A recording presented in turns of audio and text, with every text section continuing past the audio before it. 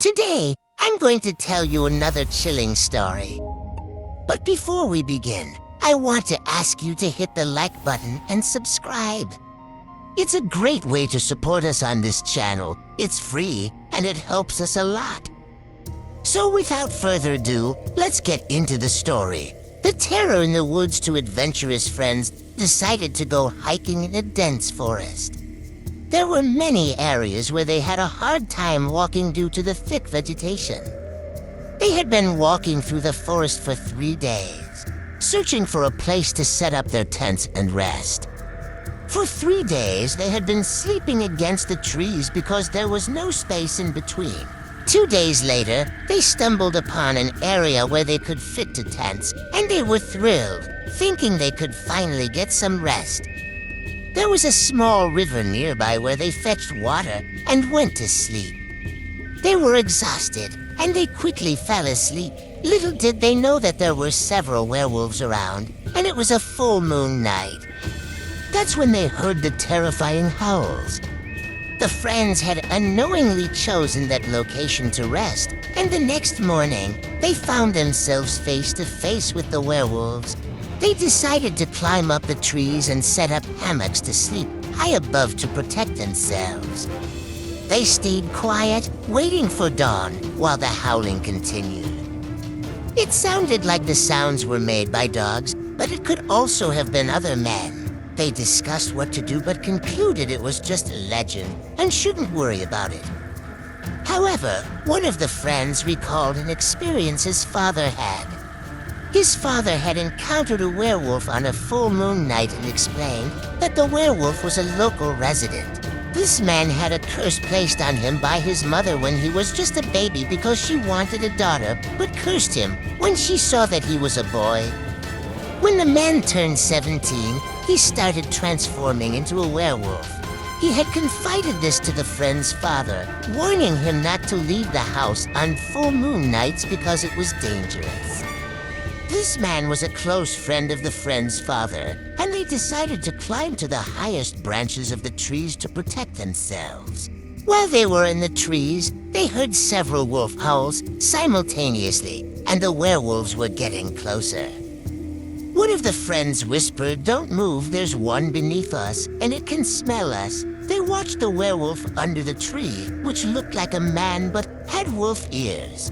The werewolf stayed there for about 10 minutes, searching for them, but their scent didn't reach where the werewolf was because they were well hidden. Other werewolves joined, and the friends remained quiet. Eventually, the werewolves stopped howling and moved away. When it dawned, they climbed down from the trees and thanked their luck for another day. Then, they checked what had happened to their tents. When they unzipped one of them, they found a naked man sleeping inside. Startled, they ran and called the friend who was in the trees. The man woke up and said, "Don't harm me, I was very tired. I found the tents and slept here." One of the friends asked, "Where are your clothes?" The man replied, "I don't know. On full moon nights, I wake up like this."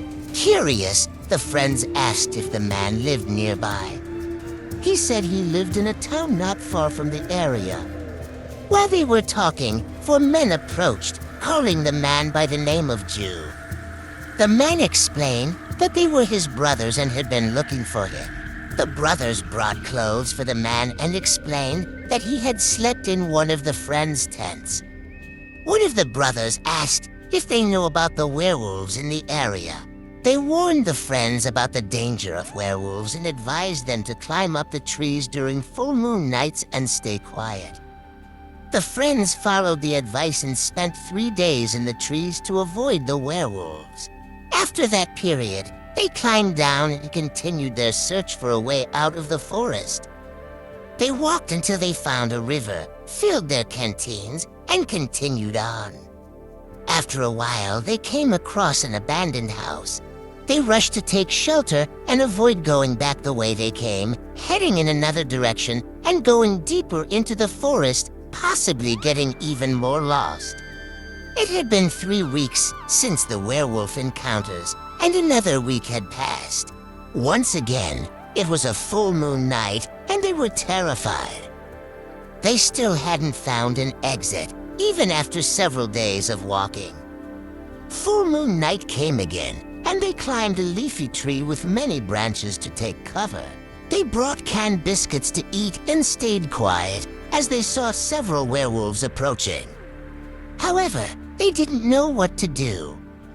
They were lost in the forest, running out of food, and couldn't find a way out. Suddenly, two werewolves appeared under the tree they were in, but they remained quiet. The werewolves started climbing the tree, and the friends prepared to defend themselves. The werewolf who was climbing up ran away when he saw one of the friends, and the other werewolf followed. It was as if it were a pack of werewolves. When it became daylight, they had to leave because the werewolves had spotted them. They spent the whole day searching for an exit but found nothing. They climbed another tree for protection and waited until dawn. After 3 days in the tree, they finally climbed down and went in search of an exit. They walked for 2 hours and found water, filled their canteens, and continued on. They eventually stumbled upon an abandoned house and rushed inside to seek shelter. Upon arrival, they noticed the house was filled with old furniture and utensils. It seemed like no one had lived in the house for many years, with antique furniture, a wood-burning stove, and pots falling apart. They decided to spend the night there, lit the stove to illuminate the place, cleaned the area to sleep, and closed the doors for safety, thinking they would be secure there.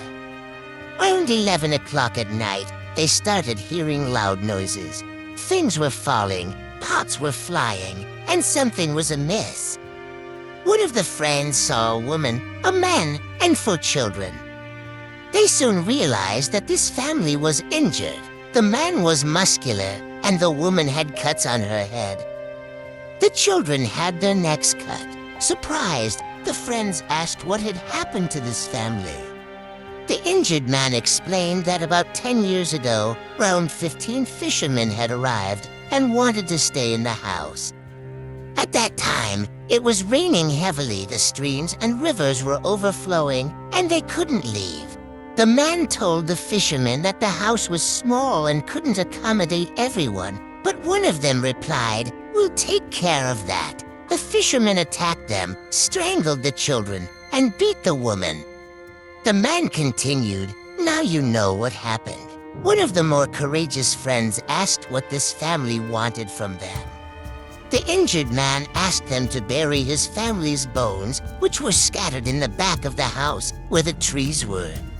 However, it was too dark, and they couldn't see anything. Then, the spirit of the family appeared and instructed them to take oil torches located outside the house. The spirit then led them to where the bones were. When they arrived, they saw the bones were scattered and hard to identify. The family's father asked that they be buried in the graves first, and then it would be easier to place the bones inside. The spirit explained that at dawn, they wouldn't be visible and would become invisible. They also offered to gifts to the friends, one for each, and said they wouldn't need to see them leave. The friends agreed to help the family find peace, and under the guidance of the spirit, did as they were asked. The family then disappeared, and the spirit was gone when the sun rose. The friends made their way to the exit of the forest. Here's a gift for helping us. My name is Joe's. Remember us. This gold is one of the most valuable, with diamonds in each packet.